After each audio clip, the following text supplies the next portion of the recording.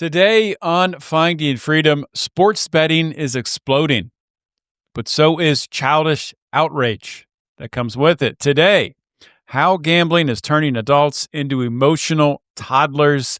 And this isn't about one loud personality in this saga, Dave Portnoy. We're going to talk about a window into a much bigger problem.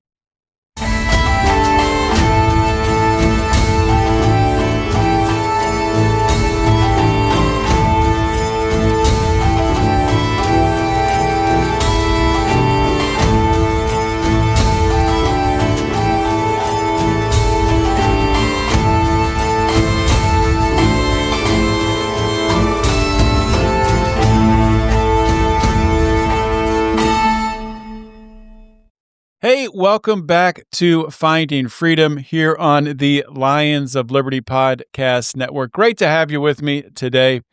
And today's show, we're going to be talking about sports gambling. We're going to be talking about a recent controversial video released by Dave Portnoy after a bad beat that he had.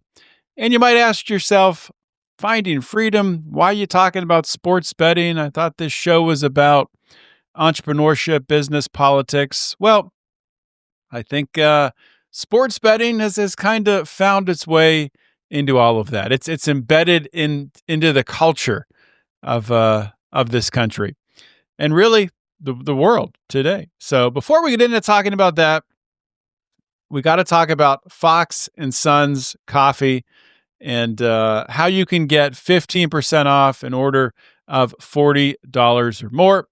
You can do this by going to Fox and Sons. That's Foxs. That's wrong. It's just the right one. That's FOXNSONS.com. And like I said, you get delicious coffee, which I drink every day. I drink a cup every single morning, brewed in my French press, enjoying an Ethiopian bean right now that is fantastic. And, of course, Fox & Sons, owned by Stephen Fox, friend of the show, fellow entrepreneur, fellow lover of all things freedom. Go check it out and get $40 off by using promo code JOHN. That is JOHN. Also, the Lions of Liberty Pride. If you want more content, some bonus content, come over and join us, the Lions of Liberty Pride, on Patreon or Locals. Just search Lions of Liberty. And guess what? I'm slipping here. It's not the Pride anymore. It is the Poliprix. So become a Poliprick with us. That's of course, a spinoff of our new show, Politics. And we've renamed our patron group the Poliprix. So come and join us there and join in on the fun. Okay. So today's show.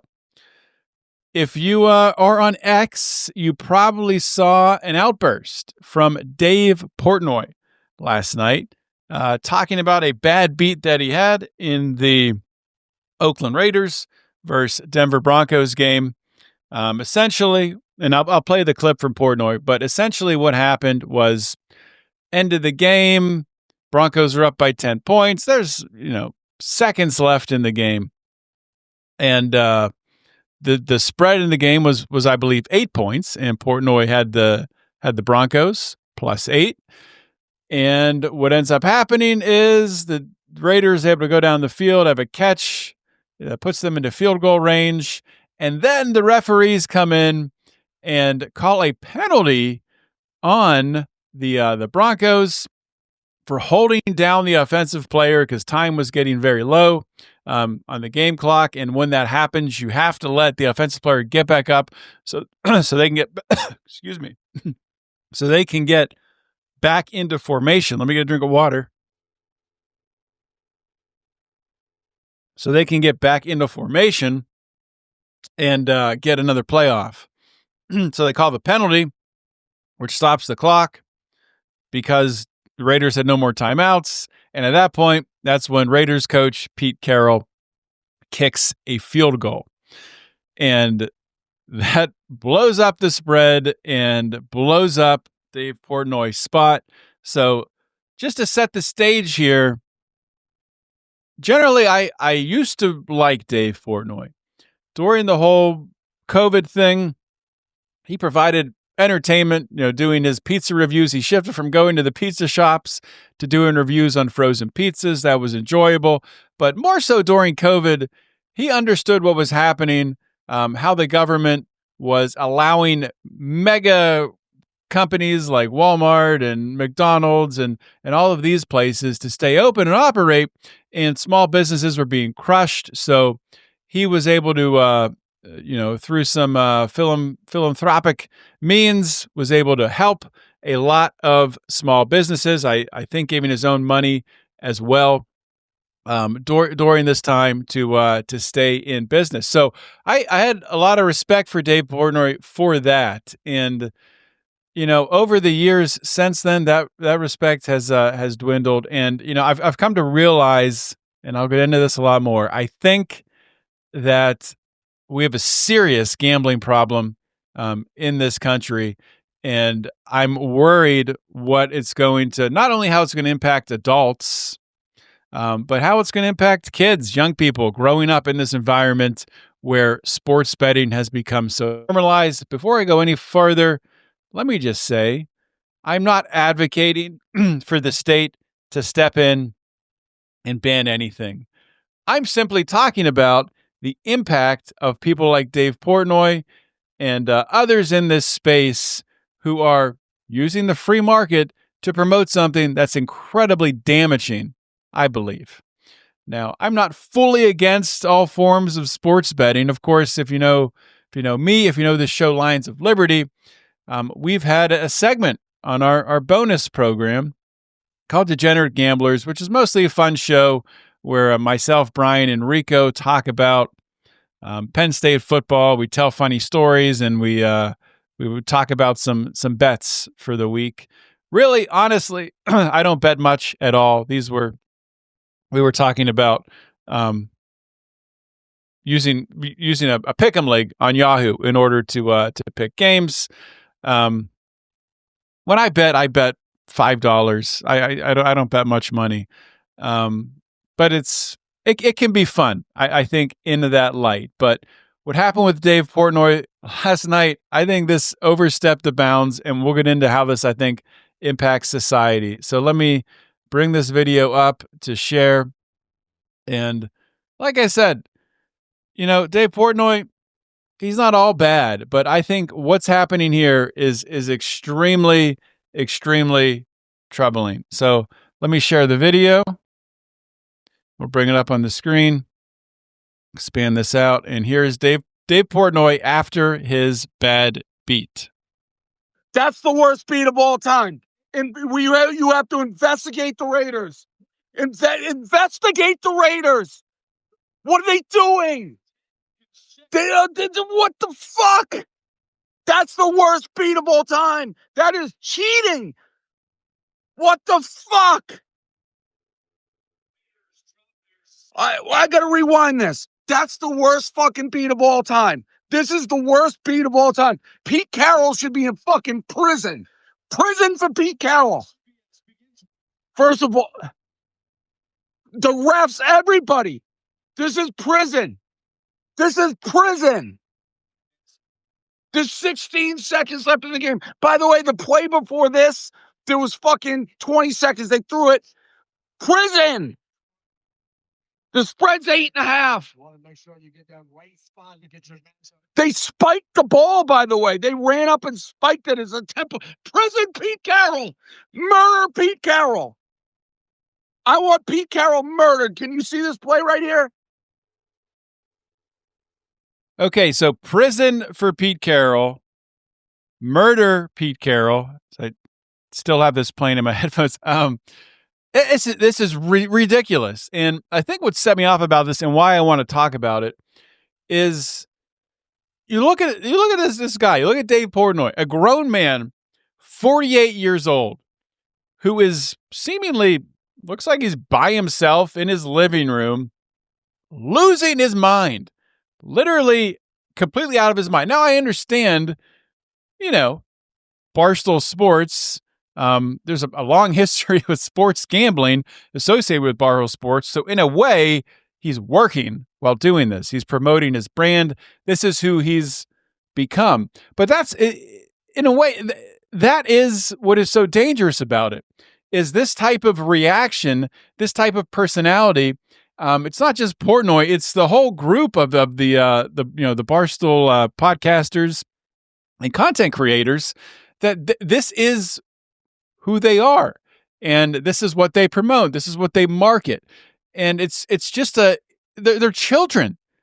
They are grown men who are children, and Portnoy. He's been married before, divorced his wife, doesn't have any children, promiscuous, sleeping around, 48-year-old man. You see what's happening here. This type of behavior is ridiculous coming out of a 40-year-old man. What happens if you get married and you maintain a marriage, don't get divorced, and you have children, you grow up, the children grow up, make you grow up, and you realize, you know what? Maybe I shouldn't be putting videos out calling for the murder of NFL head coaches, for the imprisonment of NFL head coaches and officials. Maybe my children will see that and will be a little ashamed. Maybe that's not the legacy I want to leave behind for my family. So part and parcel, I think that's kind of what set me off to this, is just seeing that behavior and thinking, oh my God, this is what is being promoted to the youth of America who idolize Dave Portnoy, who think he's cool, who think he's awesome, want to be like him. They want to bet. They want to get upset. They want to be irrational. No, you don't want to do that. That is not the way to a happy, peaceful life, prosperous life. It's not. Sure, Dave Portnoy has made hundreds of millions of dollars. But that's not, you're not going to do that this way. All you're going to do is make yourself look stupid if you're reacting this way, if you're acting this way around your family, in front of your kids.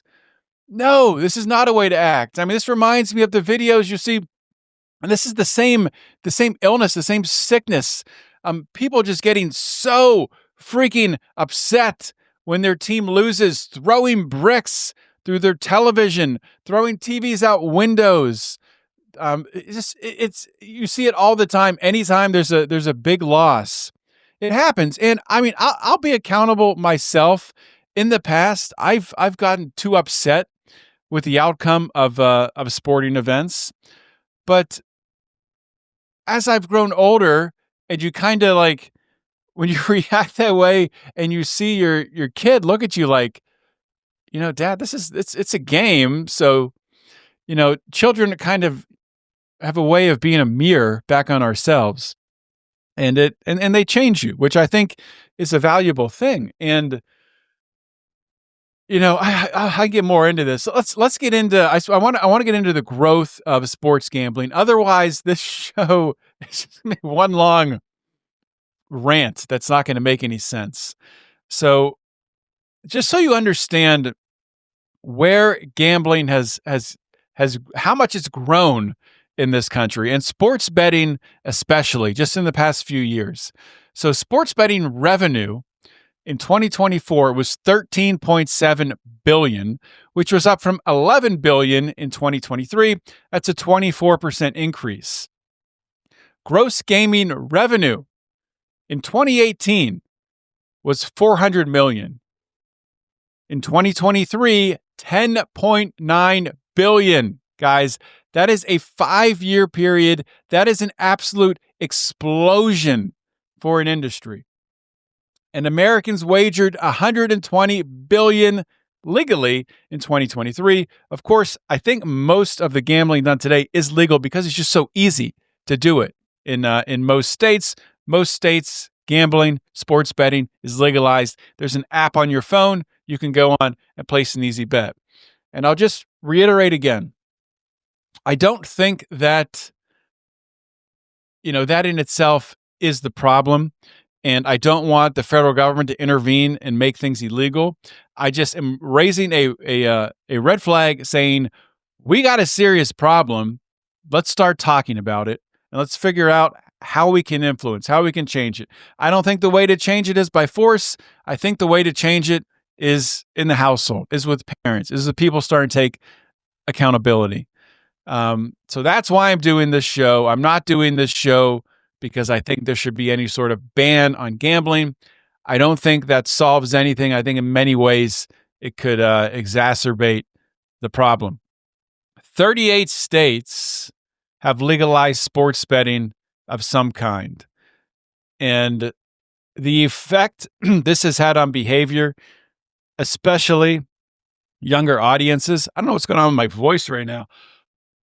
That's weird. I'm not sick or anything. Just all of a sudden, I have a frog in my throat, losing my voice. Where did that turn of phrase come from? Frog in my throat. I guess the croaking of the frog. I never thought that through. So that's where that comes from. Okay. Have a frog in my throat. Let me get a drink of water. So what I've seen happen personally is sports betting. It's not only adults that are doing it. It's not only people who understand, cause and effect, who have a fully developed brain. A lot of the male brain doesn't fully develop until you're 25 or later. Female brain develops a little faster. People are able to sports bet. When you're 18 years old, people can gamble when they're 18 years old in many states, and it's not just limited to people who are over the age of 18. I've seen many times where adults are bringing their children into the bets, and I think what this comes back to is fantasy football in this country, because we've normalized this. In fantasy football, you can call it gambling or not. A lot of fantasy football leagues, of course, the ones that I'm in, you have money involved. I'm not here to demonize fantasy football. I'm just kind of breaking down, I think, what's happened with sports in this country and the human relationship with the fan relationship with their sports team. And I think what's happened is we're seeing a moving away from a fan of a team where guys watch games, dads watch games with their kids. Of course, women like sports too, so sorry to discount that, but I think it's more common for dads to be watching games with their kids. And dads, I think over time started out with fantasy football. Oh, I need this player to do that, this player to do this, and now it's kind of leaked over to talking about their bets with their kids. Oh, we need the Bears to win by 8.5 points, or the Broncos to win by 8.5 points. That was the spread that Dave Portnoy was getting all riled up about. So that's embedded early. Talk about a 5-year-old kid is seeing, oh, my dad is happy when a team wins by a certain amount of points. He's real mad when the team loses by a certain amount of points. And that's kind of ingrained in them. So it's not only like when I was growing up, sure, maybe, and really my dad didn't get upset either way if the Steelers lost or whatever. Not that I remember, at least, but seeing how other people react to it growing up, you kind of understand, okay, as you're growing up in Pittsburgh, I'm a Steelers fan. People are upset when they lose, they're happy when they win, and you grow up in that environment. And sure, there's negatives to that. We can talk about those on another show. I think there's also positives to it. Brings communities together. It's not all bad. I'm not here to shit on sports. I think sports are great. I think they're important. I think people watching sports is great. Attending sporting events is great. It's awesome. I think there is a problem, though, with sports betting being introduced to young people at a young age and seeing that and being raised in it, and we haven't seen the full impacts of it yet. Like I talked about, this explosive growth over the past 5 years, and the danger is you have a young generation coming up that they were exposed to that, watching football with their dad, and their dad making bets, and now they're being influenced by people like Portnoy. And this is where things are going to get really, really probably bad when it comes to results and behaviors. And the gambling is totally frictionless. So self-regulation, sure. As an adult, as a dad, you might be able to self-regulate your betting. You might be able to, just bet $5, $10, and not maybe you have a ceiling where you're only going to lose a certain amount of money. Then you're going to stop. Maybe you can handle that. Maybe you can self-regulate. Most people can. A percentage of people can't, and they have addictive personalities, and it's a problem in their life. But being introduced at a young age, young people can't regulate that. I mean, when I was 18, 20 years old, God, if I could gamble on stuff with the little tiny amount of money I had, it's scary. It's scary what would have happened, honestly. Now, like I said, I'm not saying that we should make that illegal, but parents should be more cognizant of what they're teaching their children, teaching them the thought. If you're going to bet with your children, you got to go through the whole thought process. If you're going to bring them in and emotionally bind them to an outcome, you've got to have them understand, listen, I'm setting limits here. I'm being responsible with this. And there's only certain amounts of money that I bet. If I lose this bet, you know what? I'm not going to bet again for 2 months. You got to bring them into the whole picture of it. Because if you're just teaching them the highs and the lows, the emotional triggers, there's no help there. That's only detrimental. And when it comes to the media, so you have the influence, like, of course, Barstool Sports, and you have a lot of content creators. I'm not going to go through them all, and podcasts out there around fantasy football, around sports betting. Of course, a lot of interest around that. So the market's going to support the interest. I'm not going to get mad at the market. It is what it is. But when you have ESPN, an interesting relationship between Dave Portnoy and ESPN. So Dave Portnoy sold Barstool Sports to Penn Entertainment. I don't know the exact timeline, sometime 2020 in there, I think. And then he sold it in chunks over time. It was like a 2 or 3 year period. And Penn Entertainment, which is a betting company, owned all of Barstool Sports. All of the Barstool betting advertisement was Penn Entertainment. But then things soured between Penn and Barstool. Maybe they weren't, making the money they desired. And Penn sold Barstool back to Portnoy for $1, which is ridiculous.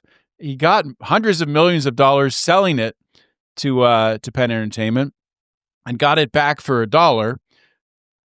Could be something underneath there. I don't know. I don't want to say anything if there's anything nefarious going on, but that should probably be investigated.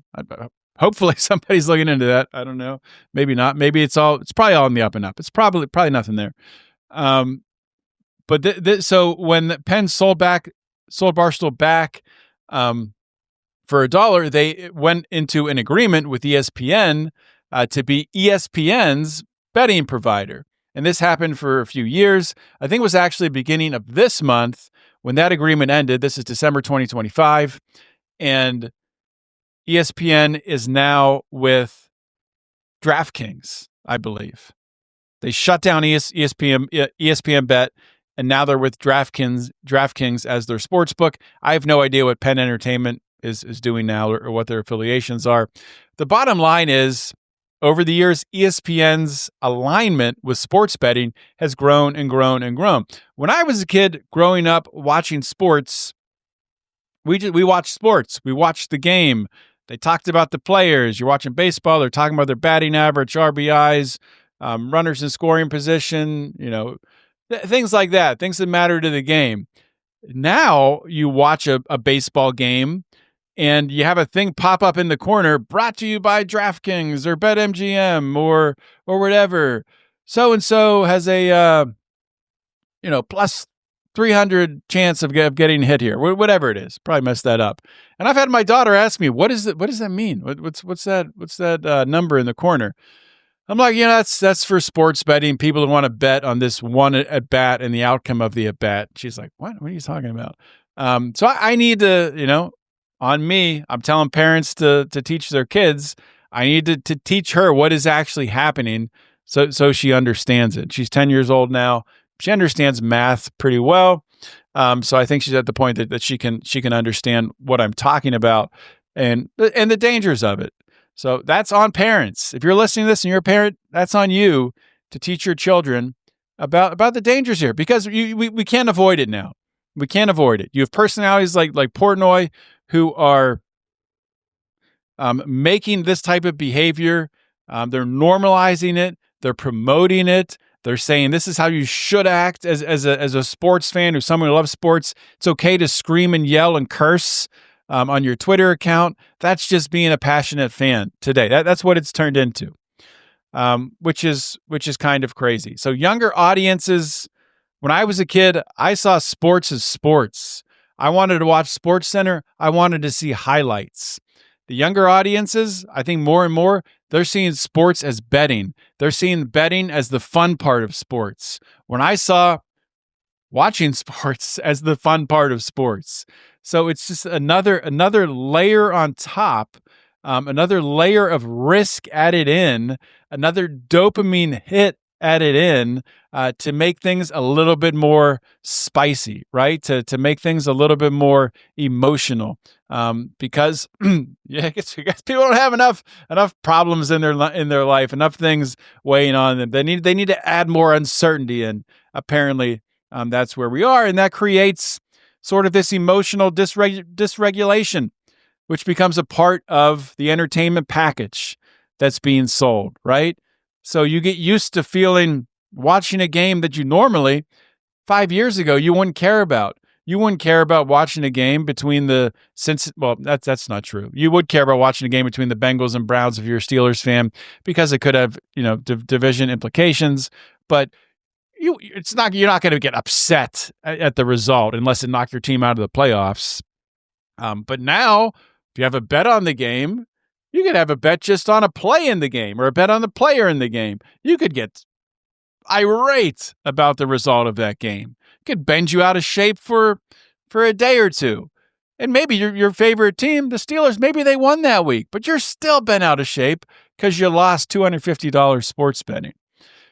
The dangerous thing is the people who can separate themselves from that, and they lose and they lose and they keep losing, and then they look up and they've lost $20,000 and they've wiped out their savings account, or $200,000 or whatever it is. So there's some key behaviors, and there's a infantilization, tough word to say, that I think is happening with our youth. And I think it's dangerous because this type of behavior from Dave Portnoy, he's a man who doesn't have any children, and he is promoting this type of behavior to young adults, to young people growing up in this world, showing this as normal. And it's not. And it's going to impact relationships with spouses. It's going to impact, and I'm sure is impacting, relationships with children. And this is not a normal way to act. This is not a normal way to regulate your emotions, okay? So a couple key behaviors that are being reflected by this infantilization of sports fans, okay? You have externalization of blame, blaming referees, blaming coaches, blaming players for costing them money. Their actions have cost you money. No, your actions have cost you money, actually. Emotional meltdowns, like we saw with Portnoy, public screaming, crying, threatening players, threatening coaches, saying you want to imprison or murder a head coach, being normalized. Magical thinking that the league is rigged, or this is stolen, or things are that players or that referees are conspiring. And yes, there have been instances of referees being in on the gambling. Of course, there's been instances of players recently in Cleveland. There were two pitchers, one who was on the Pirates previously, Luis Ortiz, who they were getting paid to throw balls. You can bet on every freaking pitch now. And investigation uncovered it, and they're getting prosecuted for it. And they're feeling the implications from Major League Baseball, suspensions and whatnot. Which it's crazy that stuff happens with people getting paid hundreds of thousands, millions of dollars for the best players, of course, tens of millions of dollars, hundreds of millions of dollars for the best players. You have Shohei Ohtani, his interpreter. What was this, 2 years ago? His interpreter, allegedly not Ohtani, was taking Ohtani's money and gambling it. Of course, Ohtani's a generational talent, so there's no way any stink was going to remain on him. Wasn't possible. Even if he was involved at all, which I don't know if he was. There's no way that he was going to take any part of that fall. The interpreter took all of the fall. But it's just amazing.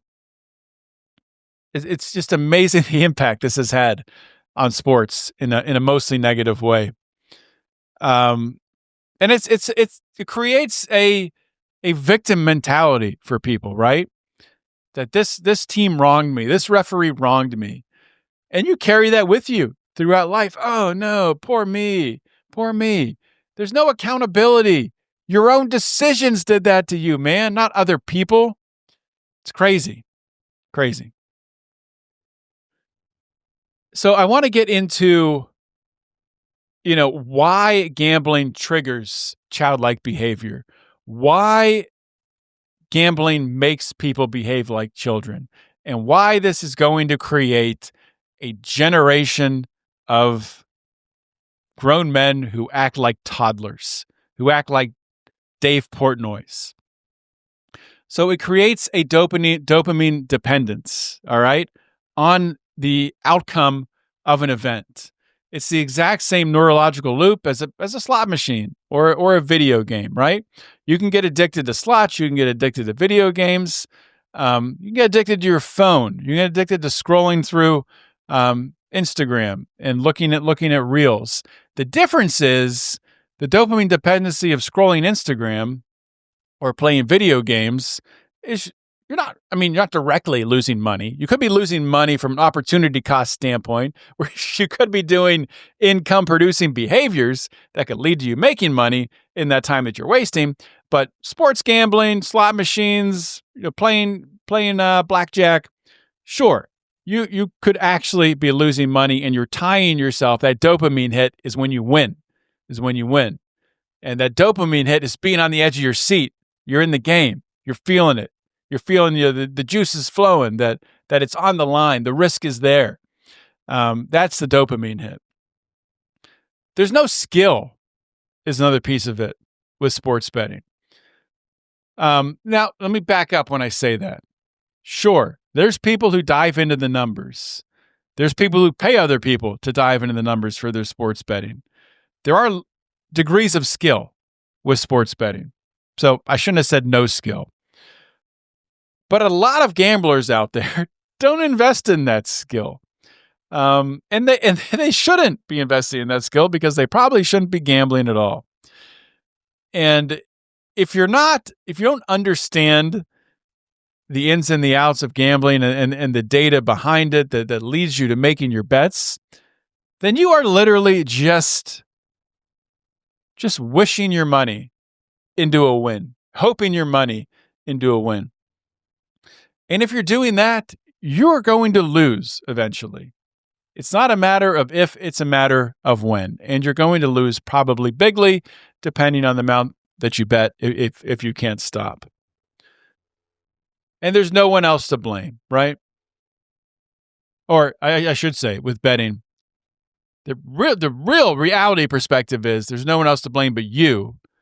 But when you're caught up in that emotionally, everyone else is to blame. The other thing is, this bleeds into our instant gratification culture that we have in this country and throughout the world. So modern betting apps, they remove any sort of effort you'd have to action to place a bet. Like in the old days, when I was a youth, when I was 22, 23 years old, you'd have to, if you want to place a sports bet, you'd have to do it either illegally through a bookie, which I would never do, or you'd have to be in Las Vegas or Atlantic City and go to a sports book and place your bets there. Put the effort in, actually get up and move your body and travel there. Now you can sit on your couch, pull out your phone, and place a bet. Instant gratification. Instantly, I've emotionally involved myself in this game. So now, with so many people being raised on screens are your life, and you kind of look for ways to find instant gratification when you're on your phone. That's the phone addiction. You're looking for dopamine. You're searching for it. And if it's scrolling Instagram, arguing on Twitter, getting in fights on Twitter, whatever. Finding your dopamine through a sports betting app, that's just a natural next step if you're at all of a sports fan. The other piece is emotional externalization. Sports betting makes you the center of the universe. That's all. I mean, it's a selfish thing that this team, this referee, this player ruined my Saturday. This coach ruined my weekend. I can't believe that. And you get so upset about it. It's all spun out. It's no accountability. It's selfish. You are not the center of the universe, man. No, you're not. I'm a believer. I'm a believer in God. I'm a believer in Jesus Christ. And the more that I've grown in my relationship with God, the more I've come to understand this world needs less of me and more of Jesus, more of God. I need to reduce myself, to reduce my self-centered attitude, reduce that down, shrink it down as much as humanly possible in this sin-filled world. And when that happens, hopefully people see more God in me. So we're winding this down. Already I'm going much longer than I thought I would. But I'm actually going to cut this off pretty quickly here because I do have other things I have to do today, and I think I've got my point across. I don't want to repeat myself.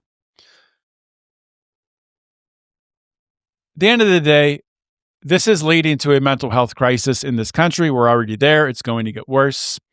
So many people are already struggling economically. Sports betting is not going to help that. Sure, you'll have your 1% cases, probably less than that, people who make a ton of money, and they're the success stories of sports betting. For most people, this just makes life more difficult.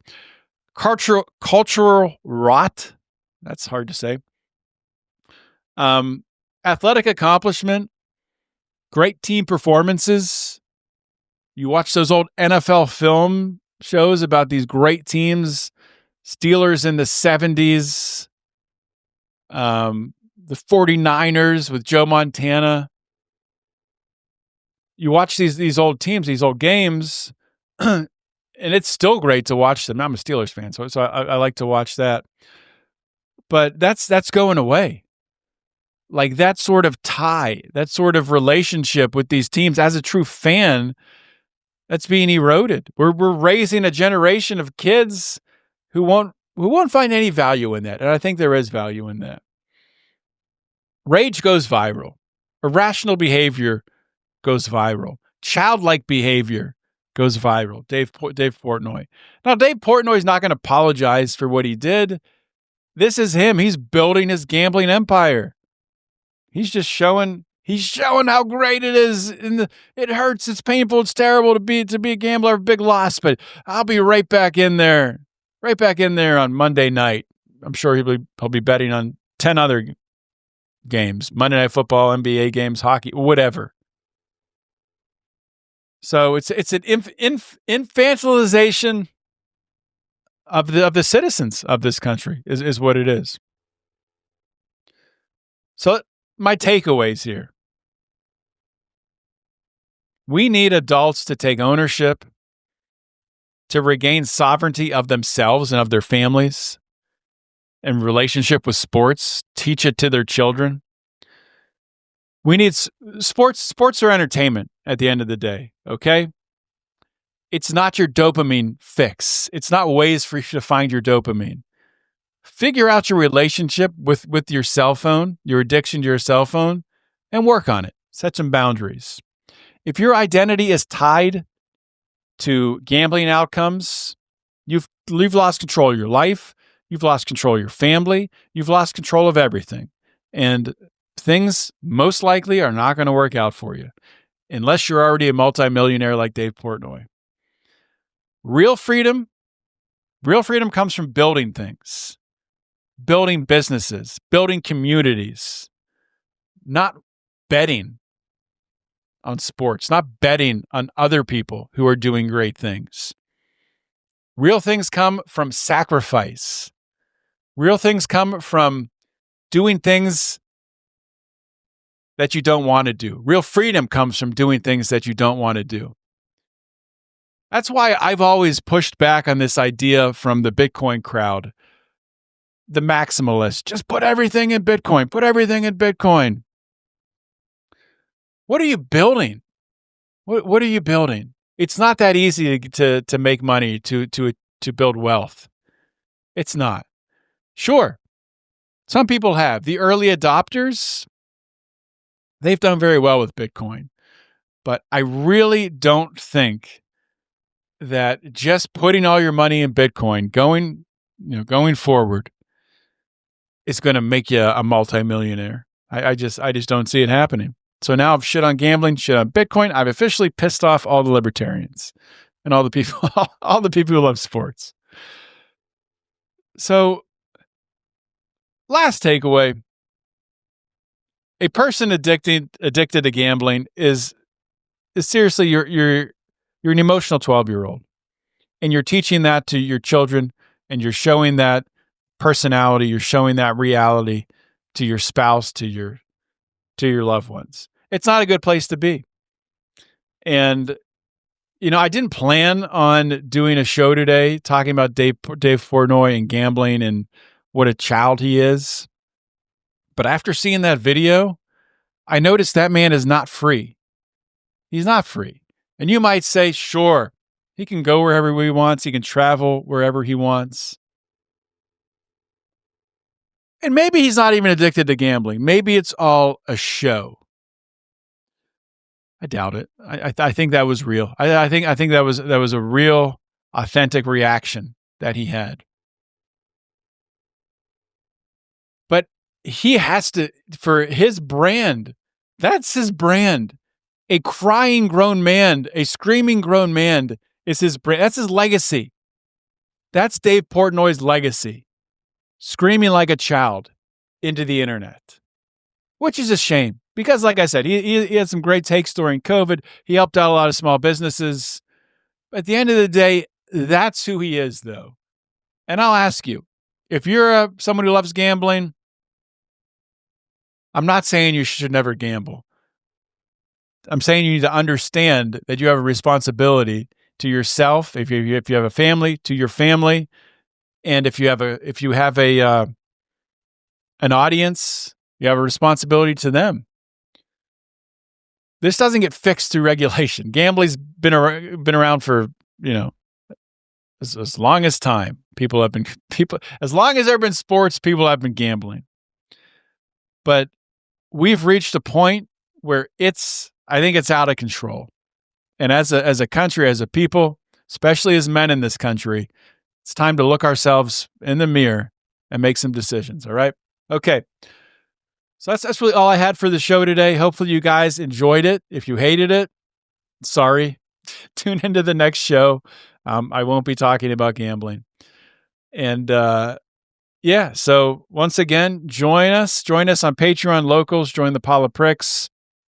If you like this show, if you like this channel, please subscribe on YouTube or Rumble or your favorite podcasting app. Leave us a 5-star rating, a nice little review. It helps so much. And I haven't been promoting it, but please, if you like this show, today's show, go leave a review, share it with somebody. I'll be putting some reels out with it too. Of course, you can get all of our content on Twitter, on YouTube. We're even still on Facebook. We need to get back on BitChute. That'll be done soon. So, all right, guys. I'll see y'all next week with another interview. In the meantime, always remember to keep your head up and those fires of liberty burning.